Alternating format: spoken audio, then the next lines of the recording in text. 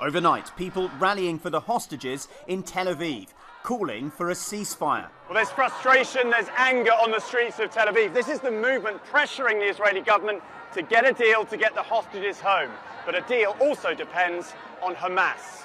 Hamas considering an Israeli proposal, which would see an initial 6-week pause in the fighting and 33 hostages released in exchange for Palestinian prisoners. CIA Director Bill Burns, one of the key mediators in the talks, with Hamas pushing for a definitive end to the war. But an Israeli official saying Israel will under no circumstances agree to a deal which ends the war.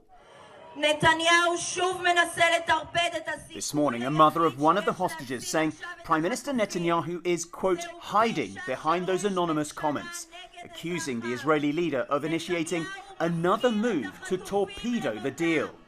Netanyahu under pressure from hardliners in his coalition government, vowing to invade the crowded city of Rafah in southern Gaza with or without a deal.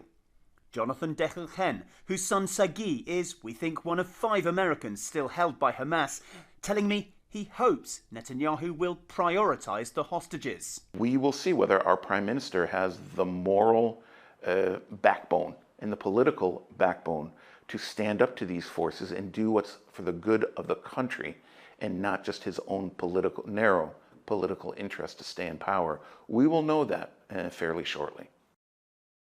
And Hamas insisting any ceasefire hostage deal must include a written commitment from Israel for a long-term ceasefire. So the negotiations on a knife edge, and after days of talks, the two sides still unable to reach a deal. Tom Sufi Burridge, ABC News, Tel Aviv.